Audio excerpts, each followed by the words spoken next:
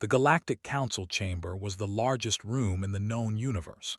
It floated at the center of Vertex Prime, a space station built by 17 species over 3,000 years. Representatives from across the galaxy sat in curved rows that rose toward a ceiling made of living crystal. The crystal changed colors based on the mood of the room. Today, it glowed an angry red. High Commander stood at the center platform. He was tall, even for his gray skin was covered in ceremonial scars that showed his rank and victories. 4 arms crossed over his chest as he looked at the council with contempt. The Empire had grown tired of waiting. They wanted more territory. They wanted more power, and they would take it. "The outer rim belongs to whoever is strong enough to hold it," said. His voice echoed through the chamber. "We are strong. We will expand. This is not a request for permission." Murmurs spread through the representatives. Some species looked away. Others whispered to their translators. Fear had a smell and enjoyed breathing it in. Council Elder rose slowly from his seat. He was ancient, his body more machine than flesh now. Tubes and wires kept him alive, but his mind remained sharp.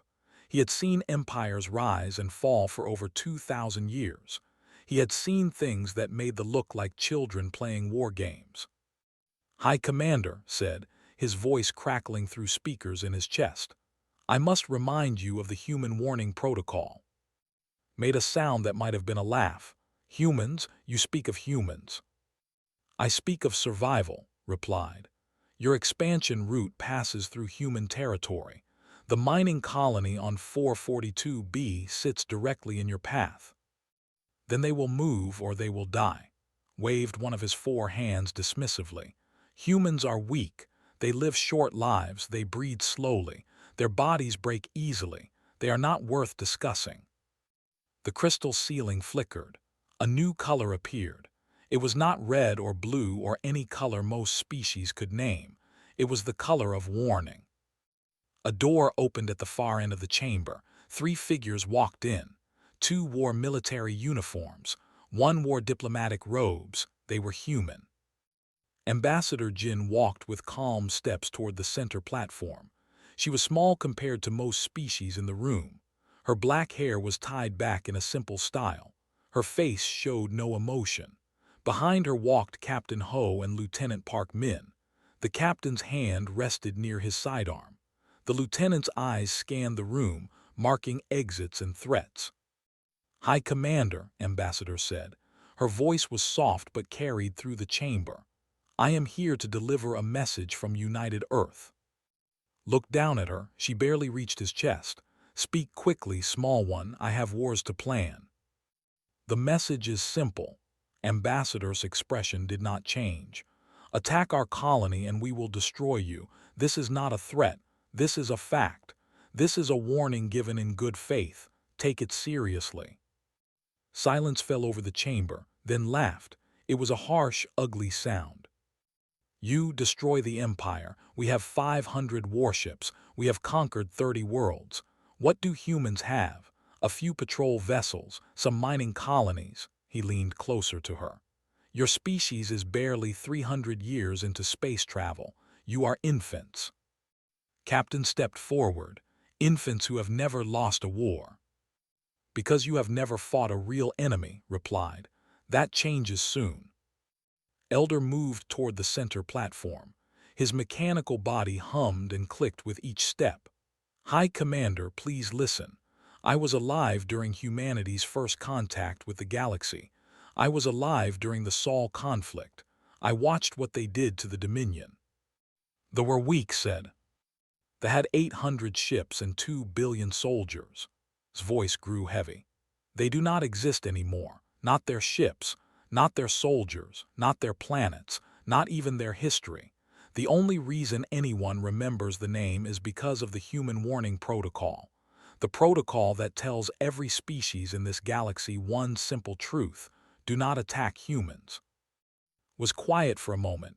Then he smiled, showing rows of sharp teeth. "Old one, you are living in the past. They are not the we are stronger, we are smarter, we are more numerous. And humans," he looked at Ambassador with disgust, Humans are just meat that learn to talk."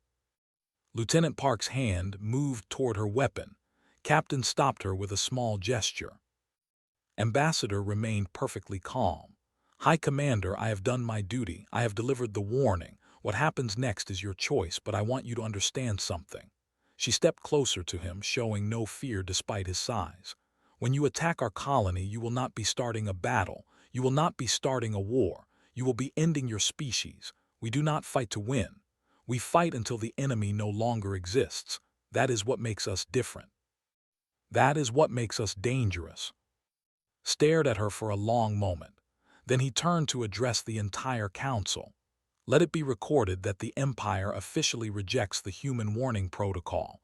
We do not fear humans. We do not fear their warnings. In 3 days, our fleet will take 442B. Anyone who stands against us will share the human's fate." He walked toward the exit. His officers followed close behind.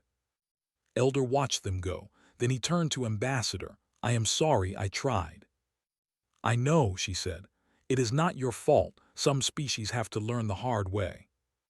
"What will you do now?" Ambassador looked at Captain. The captain nodded once. "We will go to 442B, she said. "We will evacuate who we can, and then we will show what the warning really means." The crystal ceiling above them shifted colors again. The red was gone. In its place was a deep, cold black, the color of mourning, the color of endings.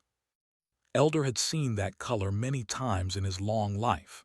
It always appeared before great tragedy. He closed his ancient eyes and whispered a prayer for the...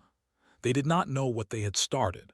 They did not know that by attacking humans, they had already sealed their own fate. 3 days later, the fleet jumped toward human space. They expected an easy victory. They expected fear and surrender. They had no idea that they were flying toward their extinction. The warning had been given. The warning had been ignored. Now there was only what came next. The sky above 442B turned dark as 40 warships blocked out the sun. Colony Director 1 stood at the command center window and watched them come. She had been a soldier once, 20 years ago. She had left that life behind to build something peaceful. Now war had found her again. "How long until they reach orbit?" she asked. Sergeant Handu checked his screens. 15 minutes, maybe less. "And our defense ships?" 3 patrol boats. 2 of them are mining escorts. They have light weapons at best. Han's face was grim. "Director, we cannot fight 40 warships." "I know," turned away from the window. "Begin evacuation. Get the children to the underground shelters first, then the elderly, then everyone else who cannot fight. And those who can fight." Looked at him, her eyes were hard. "They stay with me." The colony of 442B was home to 3,000 people. They were miners, engineers, teachers, and doctors. They had families. They had dreams. They had come to this distant world to build a new life. Now they would have to fight for it. The evacuation sirens screamed across the colony. People ran through the streets, carrying children and pulling elderly relatives toward the shelter entrances. Doctor stood at the main shelter door, directing people inside with calm efficiency. She had seen disasters before. She knew that panic killed more people than the disaster itself. "Move quickly, but do not run," she called out. "There is room for everyone. Stay calm." A mother rushed past her, holding a crying baby. An old man with a cane limped toward the entrance. A young couple helped their grandmother walk. These were not soldiers. These were ordinary people facing extraordinary horror. Above them, the fleet took position in orbit. High Commander stood on the bridge of his flagship and looked at the small colony below. It was pathetic. A few buildings, some mining equipment, a tiny population. This would not even be a battle. It would be an execution. "Open communication with the colony," he ordered. Director's face appeared on his screen. She looked tired but not afraid. That annoyed him. "I am High Commander of the Empire. Your colony is now under control. Surrender immediately and your people will be allowed to leave as refugees. Resist and you will all die. You have 5 minutes to decide. Stared at him through the screen. No. Blinked his 4 eyes. No to which option? No to both. We will not surrender and we will not die. She smiled slightly. You will. The communication ended. Stared at the blank screen for a moment. Then he laughed. Brave words from a woman with 3,000 miners and no army. Send the ground forces. Take the colony. Kill anyone who resists. 200 dropships launched from the fleet. They fell toward the colony like angry meteors, carrying 10,000 soldiers ready for easy conquest. They had no idea what waited for them below. Sergeant Han had 200 security officers under his command. They were trained for keeping peace, not fighting wars. But they were human, and humans had a talent for adapting. Mining charges in place? Han asked. Yes, Sergeant. The entire approach road is rigged. Heavy equipment. 3 excavators positioned at the main junction. 2 haulers loaded with rock as barriers. Han nodded. He looked at his people. They were scared. He was scared too, but fear did not matter. Only action mattered. Listen to me, he said. We cannot beat them in a straight fight. We do not need to. We just need to slow them down, make them pay for every step, make them bleed, make them afraid. Can you do that? 200 voices answered, Yes, Sergeant. The dropships landed on the colony's eastern fields. Soldiers poured out in perfect formation. They were professional warriors trained since birth for combat. Their weapons were advanced. Their armor was strong. They marched toward the colony with complete confidence. The first explosion killed 80 of them. Mining charges, meant for breaking rock, tore through formations with devastating effect.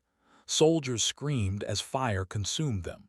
Commanders shouted orders through the chaos. They are fighting back. Impossible, a captain said. These are miners. Miners with explosives, his lieutenant replied, just before a second explosion killed him. They pushed forward through the smoke and flames. They reached the first buildings and found them empty. The humans had retreated deeper into the colony. They followed. That was their second mistake. The tunnels beneath 442B stretched for hundreds of kilometers.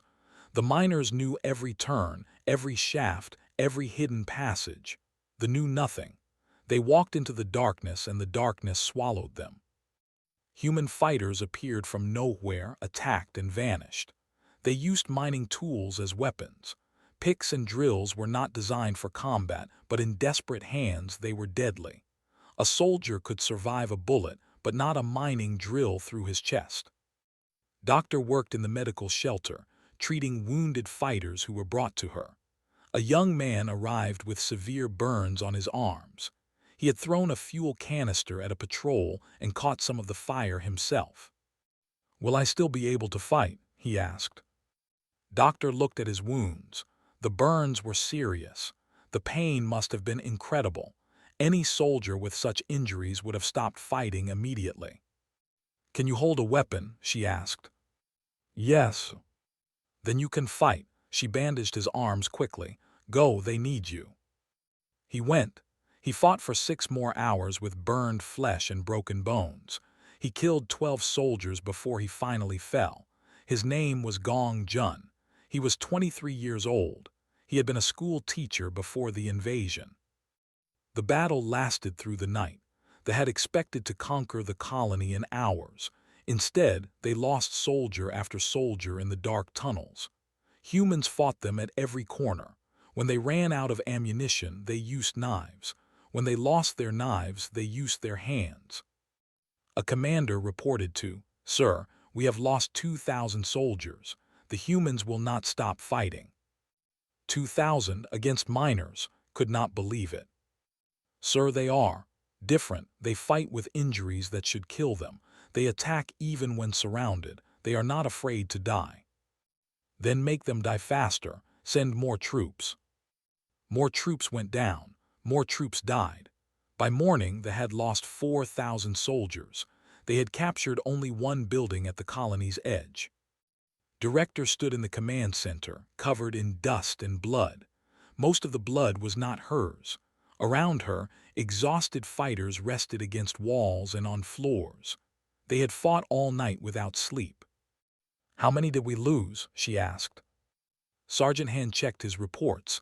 "About 400, maybe more." 400 humans, 4,000, a ratio that should have been impossible. "The distress signal?" asked. "Sent hours ago. Captain received it. Reinforcements are coming." Looked at her wounded, tired fighters. They had survived one night. They had to survive long enough for help to arrive. "Tell everyone to rest for 2 hours," she said. "Then we fight again." No one complained. No one asked to stop. They were human. They did not know how to surrender. Above the colony stared at the casualty reports in disbelief. These were miners, farmers, teachers. How were they doing this? He did not understand. He could not understand, because he had never faced humans before. He had never seen what they became when everything they loved was threatened. He was beginning to learn, but the lesson would cost him everything.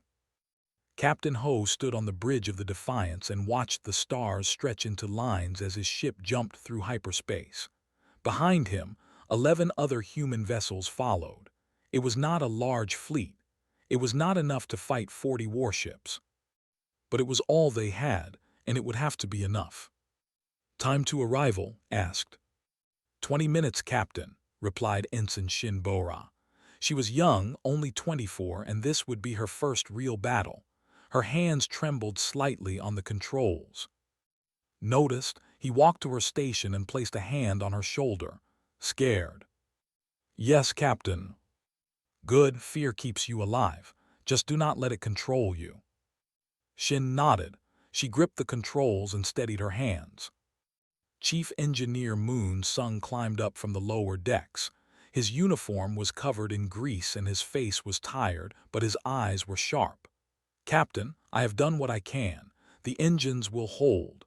The weapons are at full power, but if we take heavy damage, we will worry about damage after we have done some damage of our own." Looked at his crew. They were good people. Many would die today. He had to make sure their deaths meant something. The fleet dropped out of hyperspace above 442b. The planet filled their screens, beautiful and blue. Between them and the planet floated the Armada. 35 warships remained in orbit. 5 had been damaged by the colony's desperate defense. Received the report of human ships arriving, he smiled. 12 ships. They send 12 ships against 35. Humans are not just weak, they are stupid. "Sir, our ground forces have taken heavy losses," an officer reminded him. "Against miners hiding in tunnels. These are warships, open formations. Target the lead human vessel. Show them what real combat looks like." The fleet turned toward the human ships. Weapons charged. Targeting systems locked on. Waited for the humans to break and run like every sensible species would. The humans did not run. They accelerated. "They are attacking," could not believe it, all of them. The human fleet split into 3 groups. The largest group, led by the Defiance, charged straight at the center. The other 2 groups curved around the sides, trying to flank the enemy formation. "They are mad," an officer whispered. The first shots were fired. Space filled with beams of light and balls of fire. A human destroyer took a direct hit and exploded. Another ship lost its engines and spun out of control. The humans kept coming. Ensign Shin flew her fighter through the chaos.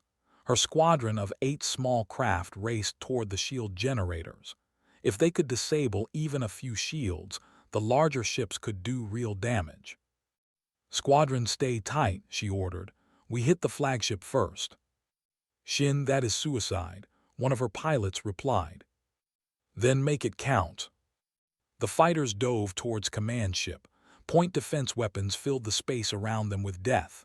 One fighter exploded, then another, then a third. Shin kept flying. Her ship took hits on the wing, the tail, the cockpit shield. Warning lights screamed at her. She ignored them. Her fighter slammed into the flagship's shield generator at full speed. She ejected 1 second before impact. The explosion tore through the ship's defensive systems. The shield flickered and died. Shin floated in space, her emergency suit the only thing keeping her alive. She watched the Defiance's main guns fire directly into the now unshielded flagship. She smiled. Captain watched the enemy flagship take damage. Good work, Shin. All ships focus fire on their command vessel. Captain and officer reported, "We are taking heavy losses. The Soul and thee are gone. Thee is venting atmosphere on 3 decks. Keep fighting." The Defiance shook as enemy fire struck its hull. Explosions echoed through the corridors. Chief Engineer Moon ran through the ship, putting out fires and sealing breaches. He found a section where a round had punched through the hull. 3 crew members lay dead. 2 more were injured. "Get them to medical," Moon ordered. Then he grabbed a welding torch and started sealing the breach himself. The ship needed to keep fighting. Everything else was secondary. On the bridge, watched his fleet dying around him. 8 ships left. Then 7. Then 6. But they were hurting the 2. Human weapons might not be as advanced, but human crews fought with a ferocity that the aliens could not match. A cruiser tried to retreat. The human destroyer rammed it at full speed. Both ships exploded in a ball of fire. Watched in horror. Did they just ram us on purpose? Yes, High Commander. The human crew made no attempt to escape. That is insane. That is completely insane. But it was working. The fleet was in chaos. Ships that had never known fear were now desperately trying to avoid the human vessels. Even damaged, even dying, the humans kept attacking. A soldier captured during the ground battle was brought to. The alien's 4 arms were shaking. His eyes were wide with terror. "Tell me what happened down there," demanded. "They do not stop," the soldier whispered. "We kill them and they get back up. We had 1 human surrounded. We shot him 6 times. He fell. We thought he was dead. Then he got back up. He killed 3 of us with a knife before we finally stopped him." "That is impossible. No creature can survive such wounds." "I watched it happen. They brought him to their medical facility. Their doctor revived him. He asked for a weapon and went back to fight." The soldier grabs arm. "High Commander, they are not normal. They are not like any species we have ever fought. They do not know how to surrender. They do not know how to stop." Pulled away, he looked at the battle raging outside his damaged ship. The humans had lost 9 ships. They had lost 12, with 8 more heavily damaged. Against a smaller, less advanced fleet, they were losing. "Pull back," he ordered. "All ships retreat to safe distance." "Sorry." "Do it now." The fleet pulled away from the planet. The remaining human ships did not pursue. They did not have enough left to pursue. But they had won. Against all odds, against superior numbers and technology, they had won. Captain sat back in his chair. The Defiance was barely holding together. 60% of the hull was damaged. Half his crew was dead or wounded, but they had saved the colony. "Sir," an officer said, "Ensign Shin has been recovered. She is injured but alive." Nodded, one small piece of good news. The communication system crackled, appeared on screen. His face was no longer arrogant. Now it showed something else. Something that looked almost like respect. "Human Captain said, 'This is not over. I am returning to space to gather the full armada. 500 ships. When I return, there will be no survivors, no prisoners. We will wipe your colony from existence and then move on to Earth itself.'" Looked at the alien commander. His voice was calm.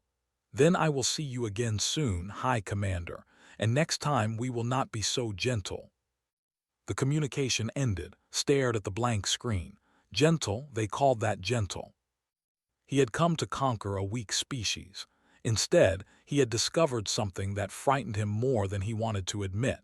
Humans were not weak. They were something far more dangerous. They were survivors, and they would make sure they were not. The news spread across human space like fire through dry grass. They had attacked 442b. Humans had died, and they were coming back with 500 ships to finish what they started. On Earth, in the Great Hall of United Defense Command, Admiral No Sung stood before the military council. She was 60 years old, with gray hair cut short and eyes that had seen 3 wars. She had hoped to retire in peace. That hope was gone now. "The situation is clear," she said. Her voice was steady. "The Empire has declared war on humanity. They rejected our warning. They attacked our people. They promised to destroy us completely. We have one choice left." "What choice is that, Admiral?" a council member asked. "Total war." The room went silent. Total war was not a phrase humans used lightly. It meant the complete commitment of every resource, every person, every ship to victory. It meant no negotiation, no surrender, no mercy. It meant fighting until one side no longer existed. "Is that necessary?" another council member asked. "Perhaps we could negotiate."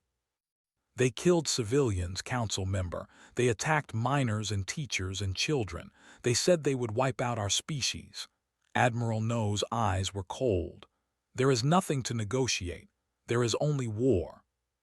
Commander Mi stepped forward. She was the head of military intelligence, and she had spent the past week studying everything known about the. "They have never fought a total war," she said. "They conquer through overwhelming force. When enemies surrender, they stop fighting. They do not understand a species that refuses to give up. That is our advantage. Yes, they have more ships, they have better technology, but they do not have our will."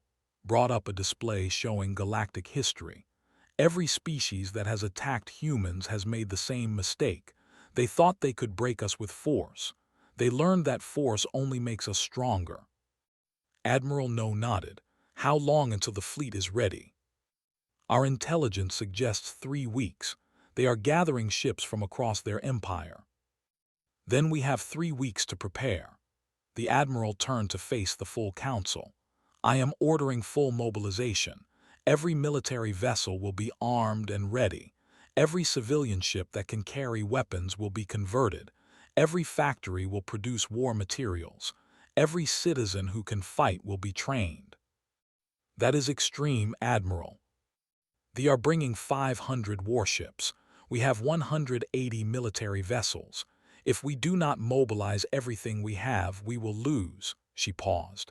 "And humans do not lose, not like this, not ever." The orders went out within hours. Across human space, the response was immediate. Factories that made consumer goods switched to producing weapons and armor. Mining operations increased output to provide raw materials. Shipyards worked around the clock, repairing damaged vessels and building new ones. But it was not just the military that mobilized. Ordinary citizens stepped forward by the millions. Specialist Gong Min worked in the communications hub, coordinating messages from across human space. His screens showed reports from every human world. "Admiral," he said, "civilian volunteer numbers are beyond anything we expected. We have 2 million people requesting combat training. Another 5 million are volunteering for support roles." "Who are they?" "Everyone: factory workers, teachers, doctors, retired soldiers." Gong's voice caught slightly. "There are grandmothers asking to help build ammunition. There are teenagers lying about their age to join the fleet." Admiral No felt something warm in her chest. Pride, fear, love for her species. Process them all. We will need every hand. On the colony world of New Seoul, a school teacher named Park Bai gathered her students for a special class. They were children, ages 8 to 12, too young to fight, but not too young to help. "Today we are going to write letters," she told them. "Letters to our soldiers. They are going to fight for us, to protect us. We should let them know that we are thinking of them." A small girl raised her hand. "Teacher, will the soldiers be scared?" Park smiled gently. "Yes, everyone gets scared sometimes. That is why we write to them, to remind them that they are not alone, to give them courage. The children wrote their letters, simple words from young hearts. Please be safe. Thank you for protecting us. We believe in you. Come home soon. Those letters would travel across space to reach soldiers on warships. Many would be the last kind words those soldiers ever received. Many would be found in pockets and lockers after battles, held close like precious treasures. On the High Commander assembled the largest fleet in his empire's history. 500 warships, 2 million soldiers, enough force to conquer a dozen worlds. When we return to human space, he told his officers, we will leave nothing behind. We will destroy their colonies. We will destroy their ships. We will find there and burn it to ash. The human species ends with this war. His officers cheered. They believed victory was certain. They had never lost a war. They had never faced an enemy who refused to accept defeat. Back on Earth, Admiral No received an unexpected message. It came through secure channels, encrypted with codes that no human had provided. Admiral Specialist Gong said, "This is from Elder of the Galactic Council."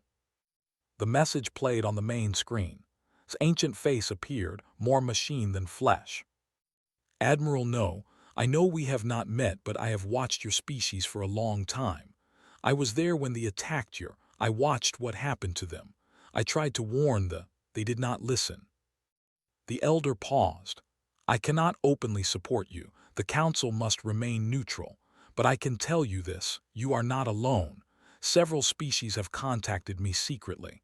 They fear what they might do if they win. They are willing to help quietly in whatever way they can." Admiral No leaned forward. "This could change everything." "Supply ships will arrive at your outer colonies," continued. "They will carry no flags, no identification. Inside, you will find medical supplies, fuel, and repair materials. Consider it a gift from those who hope you win." The message ended. Admiral No sat in silence for a long moment. "Secret allies," Commander said. "They have made enemies." "Every tyrant does." The Admiral stood. "This does not change our strategy. We fight as if we are alone. But it is good to know that others are watching. Others are hopping." "What do we tell the people?" Admiral No thought about it. The soldiers preparing for battle. The civilians working day and night. The children writing letters of encouragement. They all deserve to know that their sacrifice meant something. "Tell them the truth," she said. "Tell them that the galaxy is watching. Tell them that this war is not just about survival. It is about showing every species in the universe what humans are made of. We fight for our families. We fight for our future. We fight because we do not know how to do anything else." 3 weeks passed. The human fleet assembled at the edge of their territory. 180 warships plus 300 converted civilian vessels. Against 500 warships, it looked hopeless. But Admiral No looked at her fleet and saw something that could never understand. She saw determination. She saw courage. She saw a species that had crawled out of caves, survived ice ages and plagues and wars, and spread across the stars. They were strong, they were advanced, but they had never faced humans before. They were about to learn why that was a fatal mistake. "All ships," Admiral No commanded, "prepare for jump. We meet the enemy at reach. We show them what happens when you ignore the warning." The fleet jumped into hyperspace. Behind them, billions of humans watched and waited and prayed.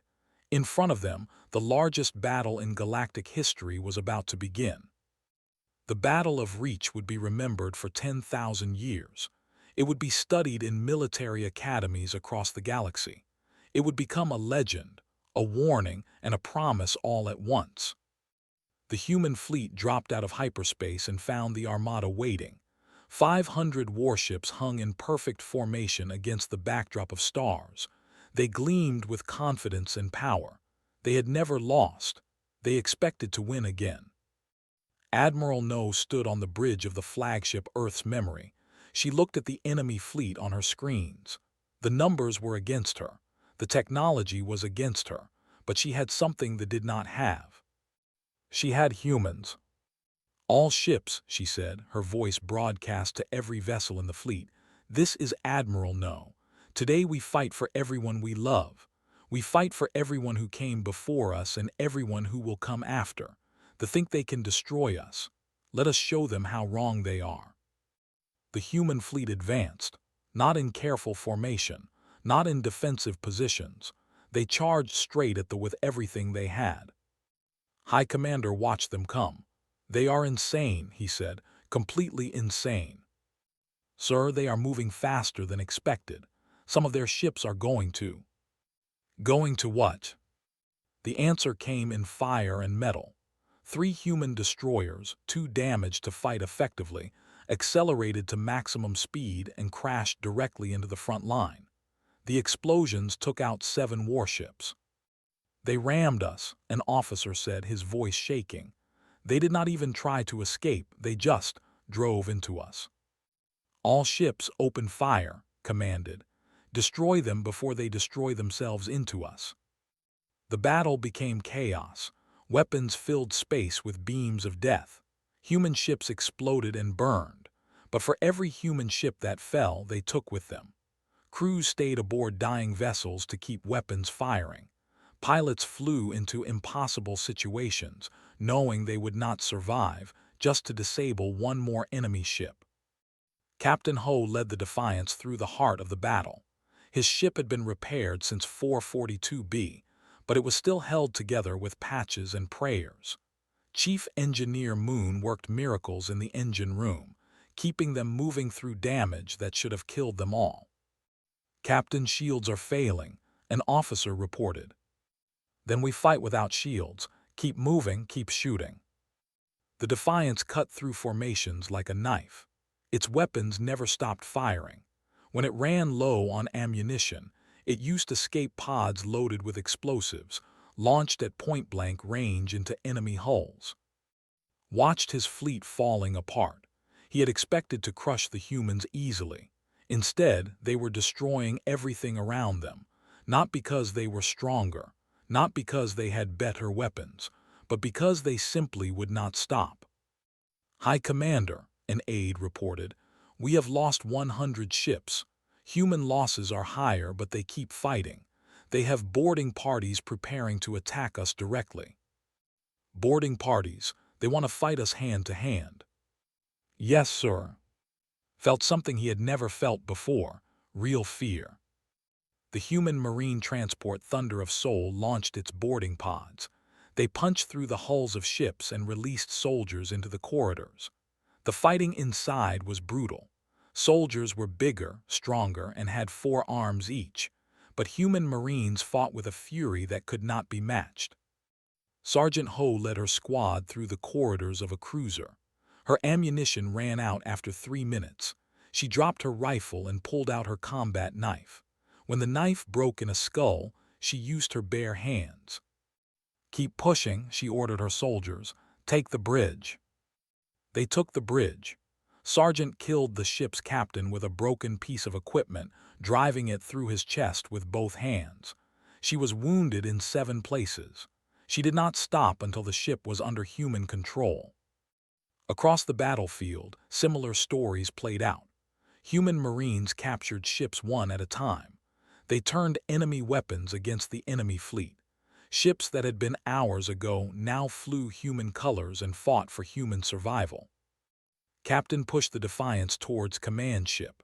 The flagship was surrounded by elite guard vessels, but one by one, the human fleet tore them apart. Ensign Shin called, "Is your fighter squadron ready?"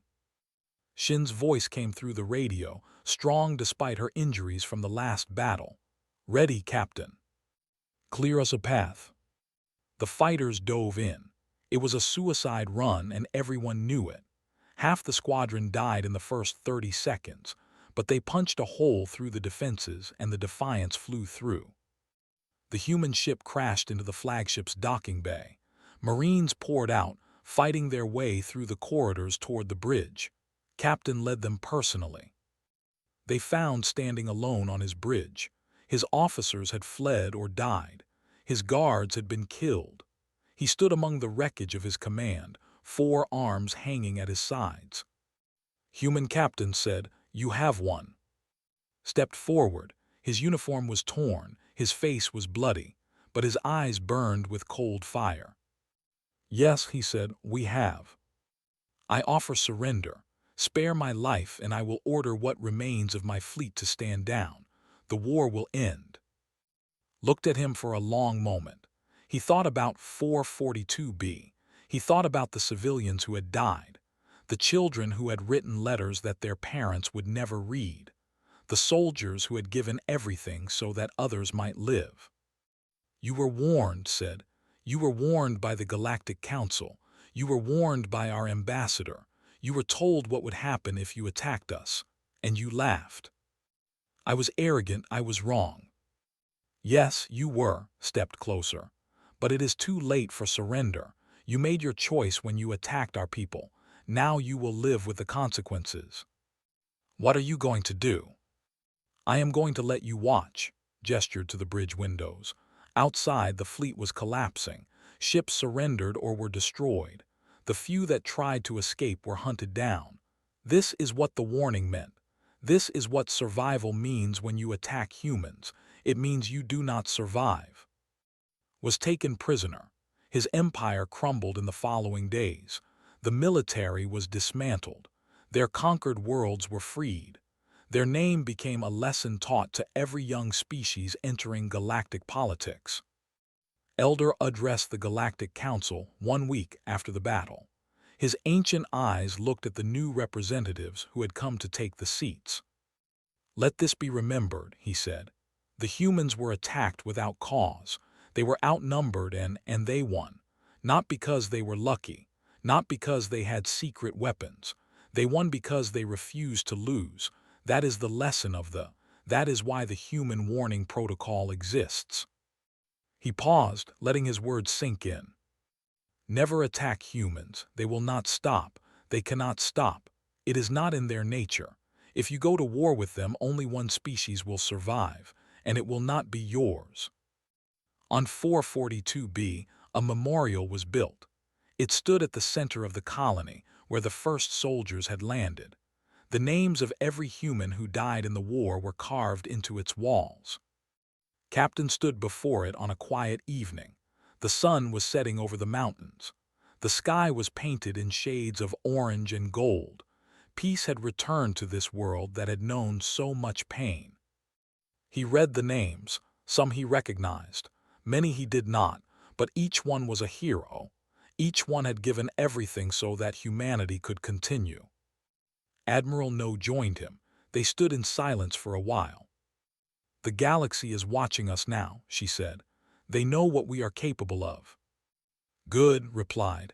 "Maybe that will keep the peace for a while." "And if it does not?" Looked at the memorial, at the names of the fallen, at the evidence of human sacrifice and human courage.